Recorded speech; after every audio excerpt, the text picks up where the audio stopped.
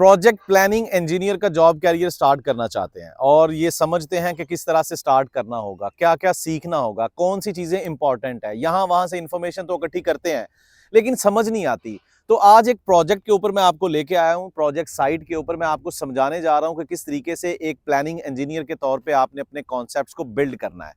सबसे पहली चीज ये, यहाँ पे जो भी साइट एक दफा देखें, यहाँ पे जो भी काम हो रहा है that would be called scope management. जो भी काम है, इधर it is civil, electrical, mechanical, industrial, whatever the work is, that would be called scope.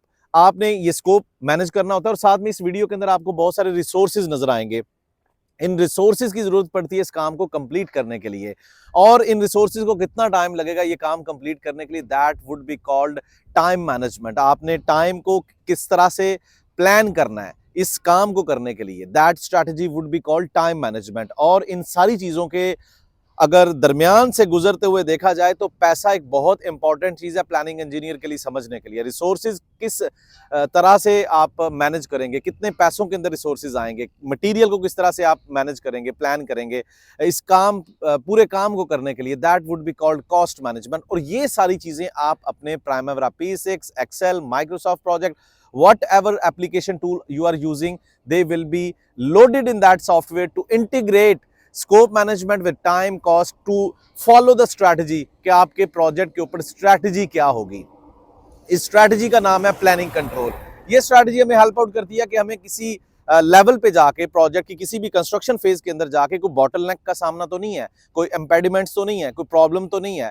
अगर हम अपनी स्ट्रैटेजी चेंज करते हैं तो उसका इम्पैक्ट क्या होगा टाइम पे, कॉस्ट पे, स्कोप पे।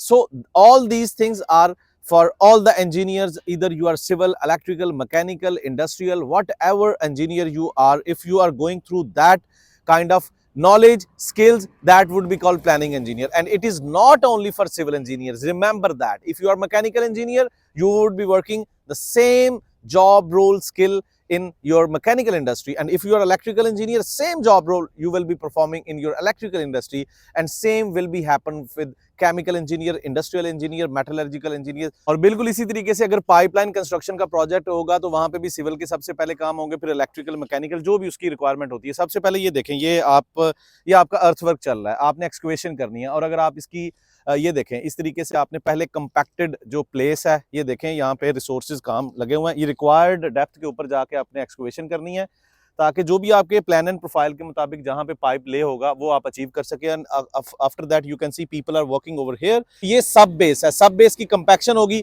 अच्छा, कितने दिन लग जाएंगे आपको यहाँ पे काम करते हुए?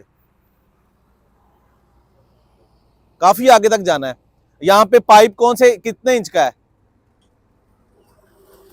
Okay okay, so they are explaining about it, but the thing is that again I will come on this point. अगर एज अ प्लानिंग इंजीनियर आप एक पाइपलाइन कंस्ट्रक्शन प्रोजेक्ट के अंदर हैं तो आपको सबसे पहले क्या करना है, साइट प्रिपरेशन होगी, the first thing. Second, the most important thing कि साइट प्रिपरेशन के बाद आपको देखना है कि मुझे यहाँ पर रिसोर्स मोबिलाइज करवाने हैं, मुझे कहाँ पे साइट ऑफिसेज को सेटअप करना है, मुझे अर्थवर्क करना है, मुझे एक्सकवेशन करनी है, किस लेवल पर जाके करनी है, कौन कौन से रिसोर्सेज रिक्वायर्ड है, उन रिसोर्सेज की प्रोडक्टिविटी क्या है, टाइम कितना लगेगा, पैसे कितने लगेंगे।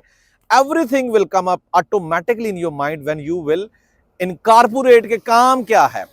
So as a planning engineer, grab this concept and be ready for good job opportunities in Gulf region as a planning engineer. This is not that much difficult which you are thinking कि भाई पता नहीं planning के अंदर क्या करना पड़ेगा, मेरा वो पिछले वाला एक्सपीरियंस था, मैं साइड पे काम कर रहा था ऐसे खड़े होके, मतलब कि वो जीरो हो जाएगा। होने दे zero, it's not going to be zero, it's going to upgrade your job career as a planning engineer.